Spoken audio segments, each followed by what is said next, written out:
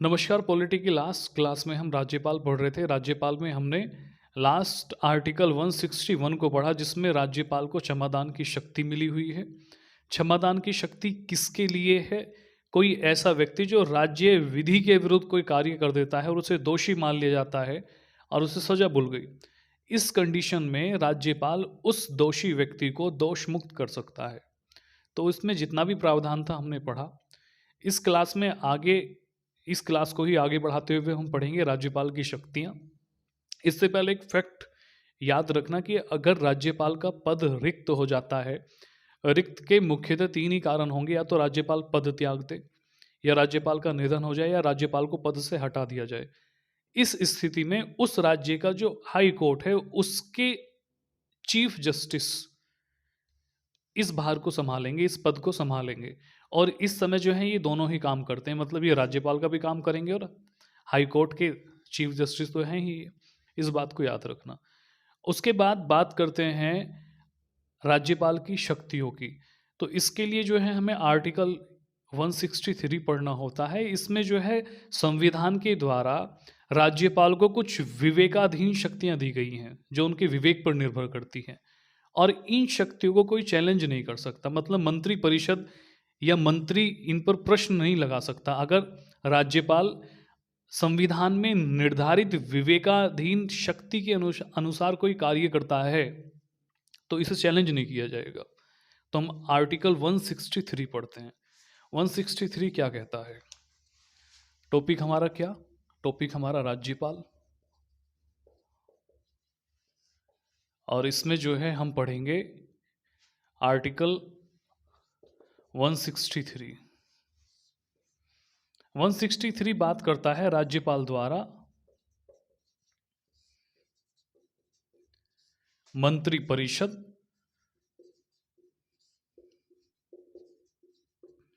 या ऐसे लिखेंगे हम राज्यपाल को सलाह देने के लिए, राज्यपाल को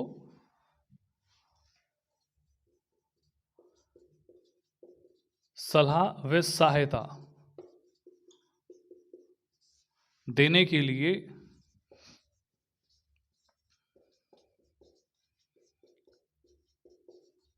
मंत्री परिषद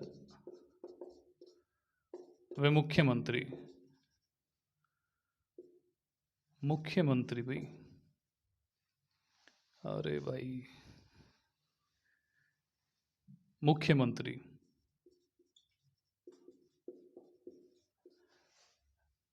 इस हेडिंग को हम ऐसे ही बना सकते हैं, राज्यपाल के द्वारा मंत्रिपरिषद मुख्यमंत्री की नियुक्ति।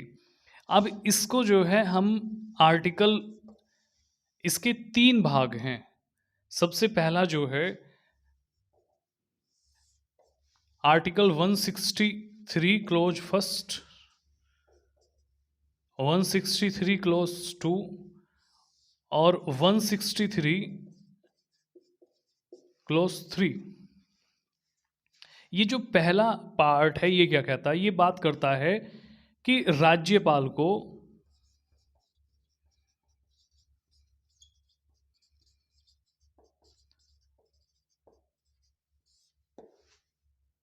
कार्य करने के लिए, राज्यपाल को कार्य करने के लिए संविधान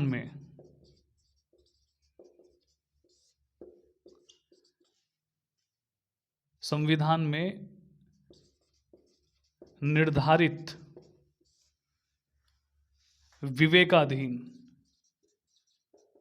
विवेकानुसार शक्ति को छोड़कर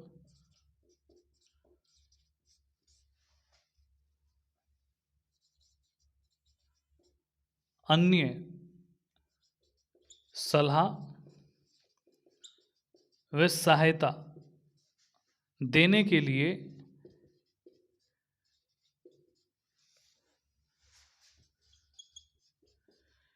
एक मंत्री परिषद होगी,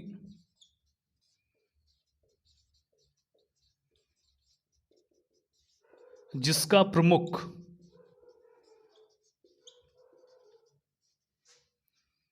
मुख्यमंत्री होगा।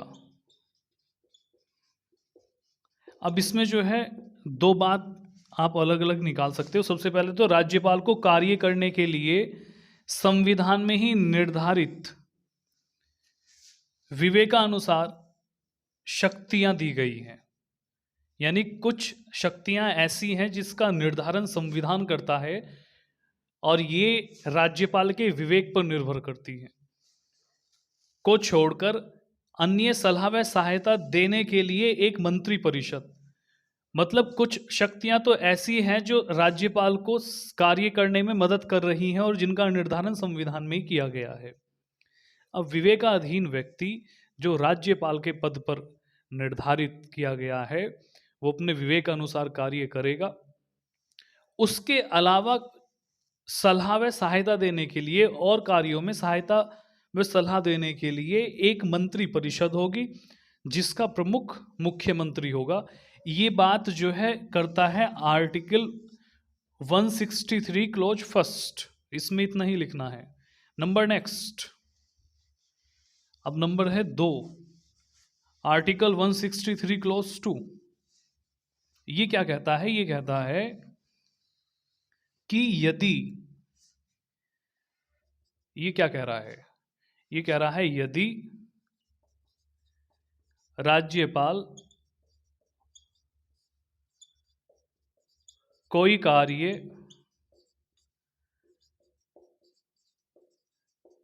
संविधान द्वारा निर्धारित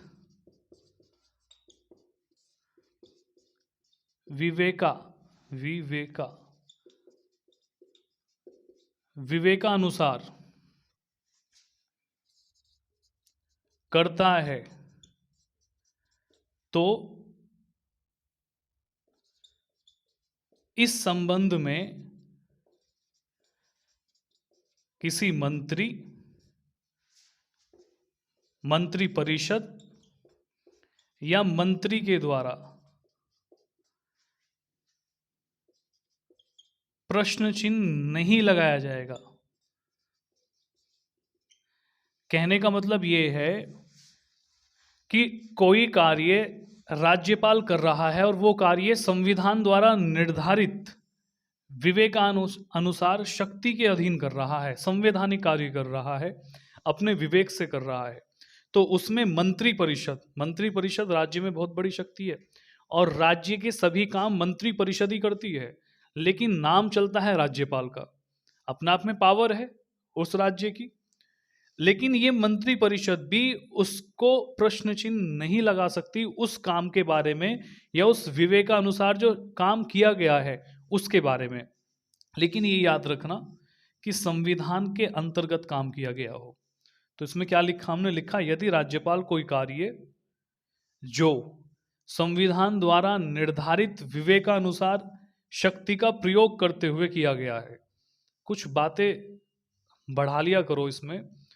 फिर से बोल रहा हूं मैं, यदि राज्यपाल कोई कार्य जो संविधान द्वारा निर्धारित विवेकानुसार शक्ति के अधीन करता है तो इस संबंध में, किस संबंध में? जिस संबंध में या जिस कार्य को संविधान द्वारा निर्धारित विवेकानुसार किया गया है राज्यपाल के द्वारा, इस संबंध में मंत्री परिषद या मंत्री द्वारा कोई प्रश्न नहीं किया जाएगा। इसको ऐसे लिखेंगे। नेक्स्ट, कहने का मतलब यह है कि राज्यपाल को जो शक्ति मिली है उस शक्ति पर प्रश्न चिन्ह नहीं लगाया जाएगा यदि राज्यपाल संवैधानिक दायरे में काम करता है तो। Number next, article 163 close 3। ये क्या कहता है? ये कहता है यदि राज्यपाल को मंत्री परिषद या मंत्री द्वारा कोई सलाह दी जाती है तो इसकी न्यायिक जांच नहीं होगी कि भी सलाह दी तो क्या दी, जांच नहीं होगी। कहने का मतलब ये है कि राज्यपाल और मंत्रिपरिषद के बीच कोई सलाह आदान प्रदान की जा रही है तो इसको जो है न्यायिक समीक्षा से बाहर रखा गया है, इसकी जांच न्यायिक या न्यायालय में नहीं हो सकती। अनुच्छेद 163 हमारा पूरा हुआ। अब चलते हैं राज्यपाल की शक्तियां।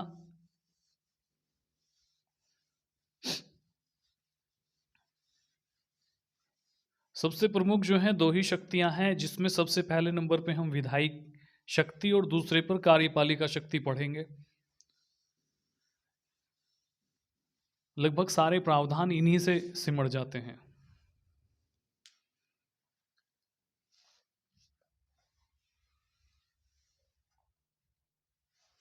राज्यपाल की शक्ति,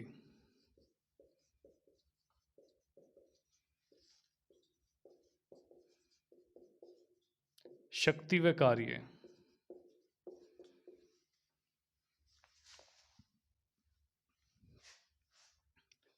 कार्यपालिका या कार्यकारी,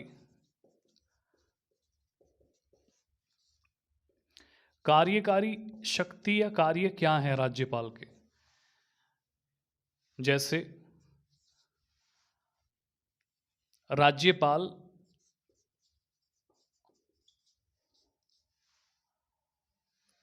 मंत्रियों, मंत्रिपरिषद व मुख्यमंत्री की नियुक्ति करेगा।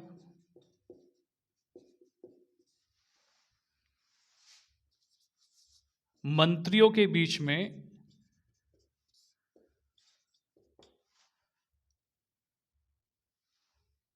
के मध्य कार्यों का आवंटन करेगा।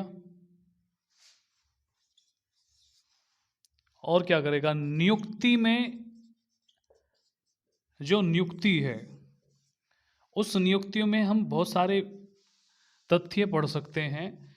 सबसे पहले तो हमने नियुक्ति में क्या पढ़ लिया? मंत्रिपरिषद मुख्यमंत्री की नियुक्ति करेगा।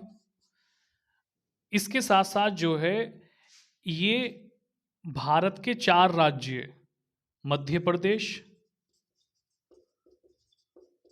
छत्तीसगढ़, झारखंड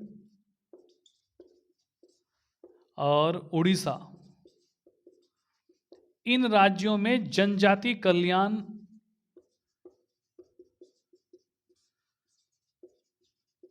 कल्याण मंत्री की नियुक्ति अनिवार्य है।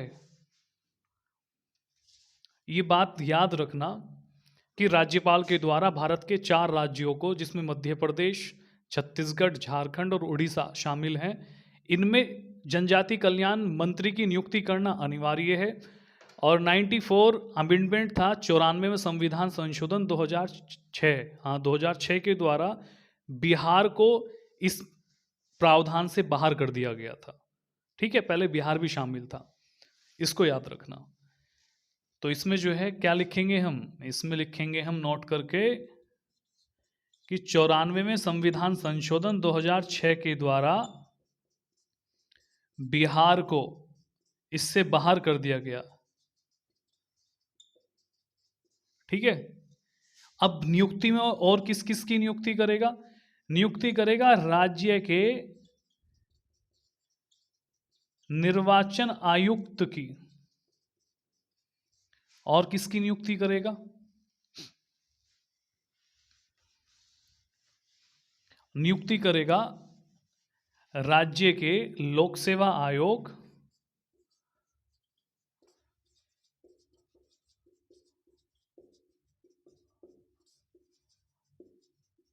आयोग के अध्यक्ष और सदस्यों की। ये नियुक्ति जो है किसके द्वारा होगी? राज्यपाल के द्वारा होगी। ठीक है, तो ये तो हो गई नियुक्ति। नंबर नेक्स्ट, और कार्यकारी में क्या पढ़ेंगे भाई? कार्यकारी में आप ये भी लिख सकते हो कि औपचारिक रूप से राज्यपाल के नाम से ही कार्य करती है राज्य सरकार। ये तो याद हो गया आपको।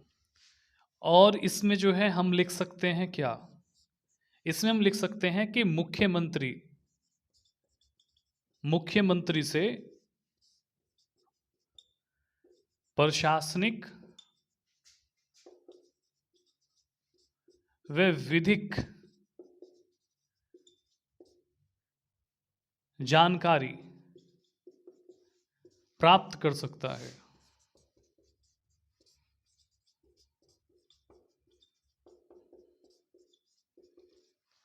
ठीक है। और क्या हो सकता है इसमें, यदि राज्य में संवैधानिक तंत्र विफल हो गया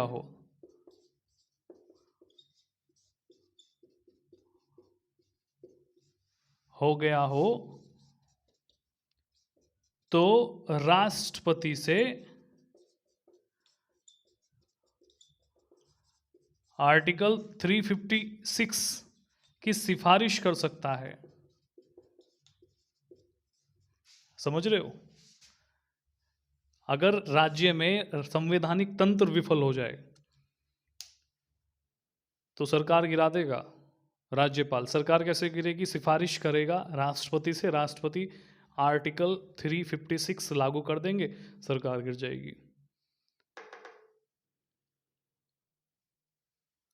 मैक्सिमम दुरुपयोग हुआ है आज तक। कब कब होता है? जब केंद्र में सरकार किसी अन्य पार्टी की हो और राज्य में सरकार किसी अन्य पार्टी की हो, तो केंद्र दुरुपयोग करेगा और पलटा मार देगा। तो इसमें जो है संविधान में कितनी बार इसका दुरुपयोग हुआ है, और डॉक्टर भीमराव अंबेडकर ने जो है काफ़ी विरोध भी किया था इसका, लेकिन चीज़ें नहीं हो पाई। तो ये 356 की सिफारिश राष्ट्रपति ही करता है, राष्ट्रपति से राज्यपाल करता है, इसको याद रखना। नेक्स्ट, ये जो है हमारी कार्यकारी शक्तियां हो गई, जितनी मुझे याद है इतनी मैंने लिख दी। अब चलते हैं हम विधायी शक्तियों की तरफ।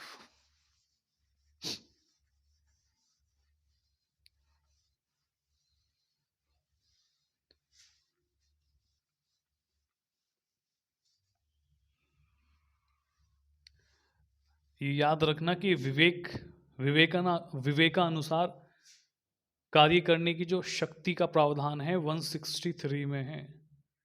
इस बात को याद रखना, ये पूछा भी गया है क्वेश्चन। उसके बाद जो है विधायी शक्ति,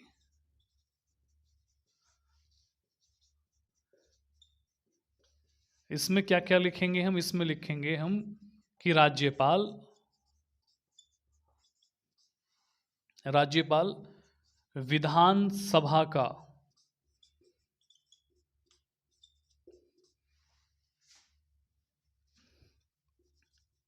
अभिन्न अंग है।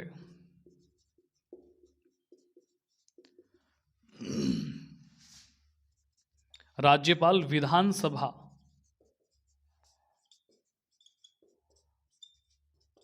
के सत्र को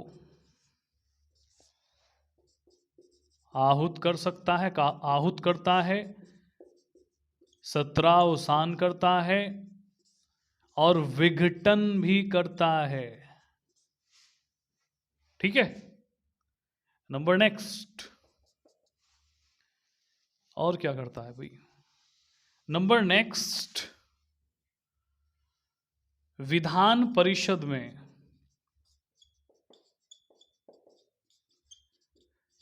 कुल संख्या का 1/6 सदस्यों को मनोनीत करता है, नॉमिनेशन करेगा विधान परिषद में। अब ये सदस्य कौन होंगे? अब थोड़ा सा उल्टा चलना होगा, हम इसके लिए ऊपर की तरफ जाएंगे। मनोनीत करेगा कुल संख्या का कितना सदस्य है? 1/6 सदस्य। और कहाँ? विधान परिषद में। विधान परिषद में करेगा जी। कौन होते हैं ये लोग? कोई व्यक्ति जो कला में निपुण है, विज्ञान का अनुभवी है, साहित्य का अनुभवी है, सहकारिता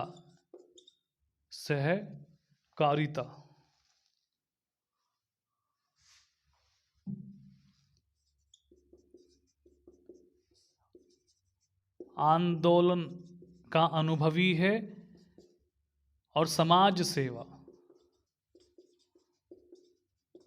इन क्षेत्रों में जिस व्यक्ति का योगदान है, अनुभव है, ज्ञाता है, ज्ञानी है, ऐसे व्यक्ति को राज्यपाल द्वारा मनोनीत किया जाएगा विधान परिषद में।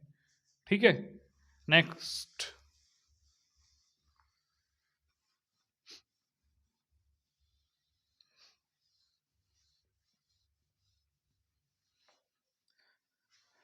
नेक्स्ट क्या? यदि विधानसभा किसी विधेयक को पारित करके राज्यपाल के पास भेज दे तो क्या क्या हो सकता है? राज्यपाल अपनी स्वीकृति दे सकता है,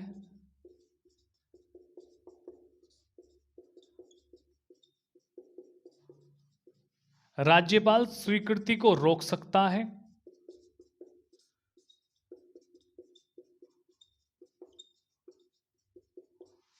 और स्वीकृति को कब रोकेगा?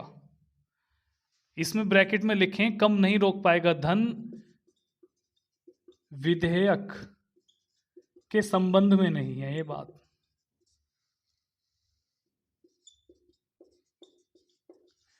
अगर कोई नॉर्मल विधेयक है, स्वीकृति को रोक सकता है। अब स्वीकृति को रोक के क्या करेगा?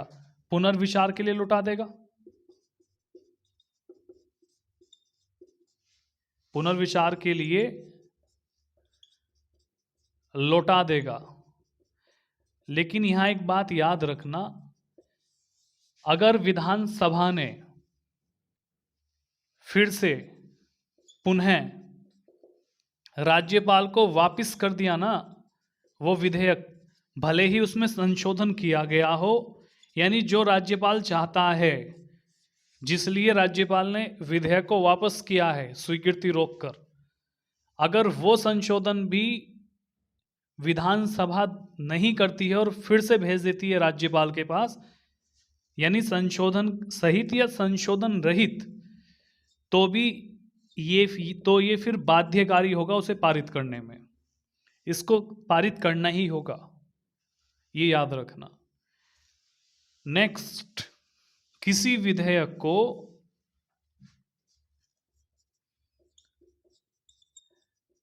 राष्ट्रपति के लिए सुरक्षित रख सकता है।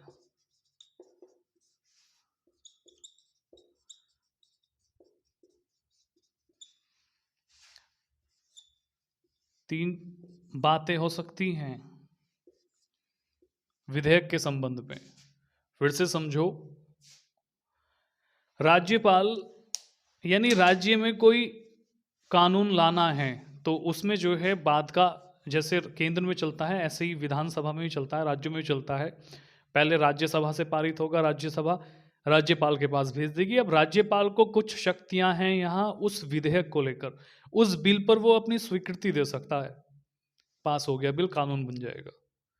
उस बिल पर अपनी स्वीकृति को रोक सकता है, रोककर पुनर्विचार के लिए भेज दिया कि भी मुझे समझ नहीं आ रहा, इसमें कुछ प्रावधान गलत है, इसको आप ठीक करो।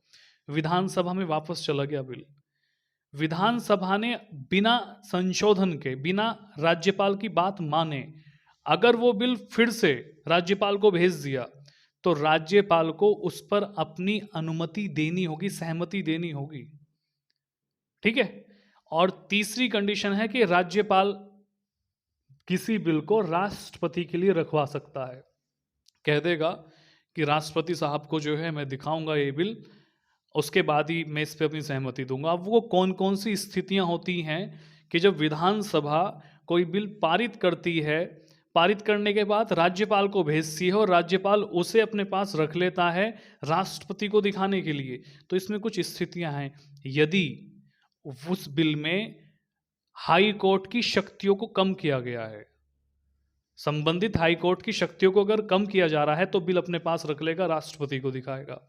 यदि संविधान का कोई उपबंध के विरुद्ध है वो बिल, यदि आर्टिकल 331A से संबंधित मामला उस बिल में है, यदि राष्ट्रीय हित में नहीं है बिल, तो इन तमाम आधारों पर अगर कोई बिल पारित किया जाता है और राज्यपाल के पास भेजा जाता है तो राज्यपाल राष्ट्रपति के लिए इसे रख लेगा।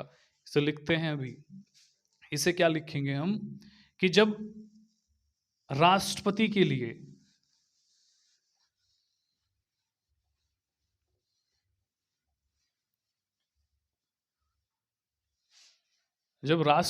लिए सुरक्षित रख ले बिल, राज्यपाल राष्ट्रपति के लिए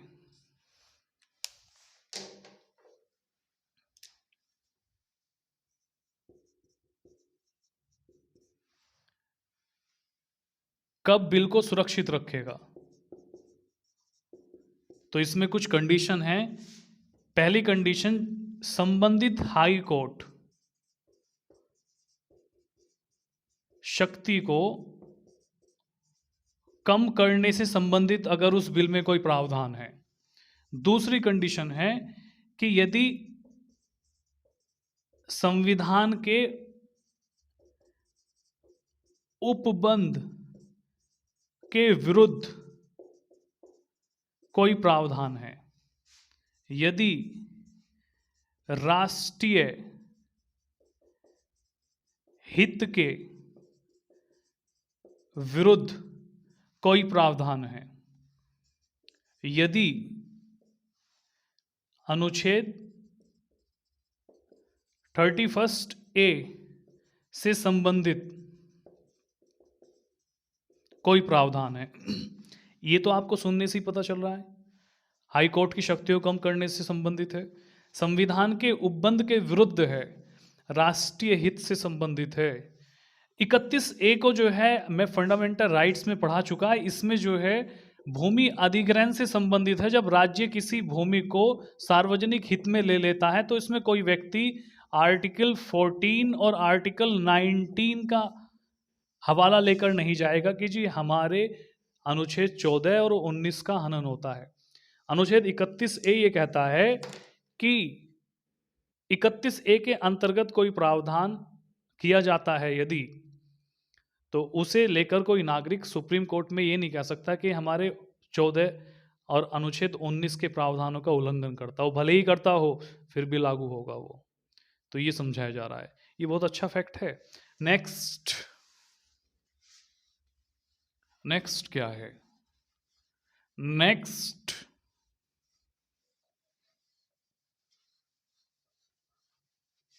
और क्या हो सकता है भाई? हाँ, ऐसे लिख सकते हैं कि विधानसभा में पेश करने से पहले विधेयक पर, अब विधेयक कौन कौन सा हो सकता है? विधेयक हो सकता है वित्तीय, वित्त विधेयक व धन विधेयक। पहले विधेयक पर राज्यपाल की पूर्व अनुमति, राज्यपाल की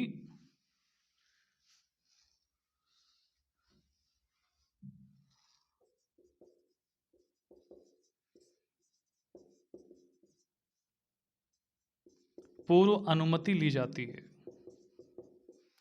और एक लास्ट लिखेंगे इसमें हम, किसमें? विधायी शक्तियों में, कि अध्यादेश जारी कर सकता है। आर्टिकल 13। तो इसमें बस आज इतना ही पढ़ेंगे हम। नेक्स्ट क्लास में और जो प्रावधान बचते हैं राज्यपाल के उसको पढ़ेंगे।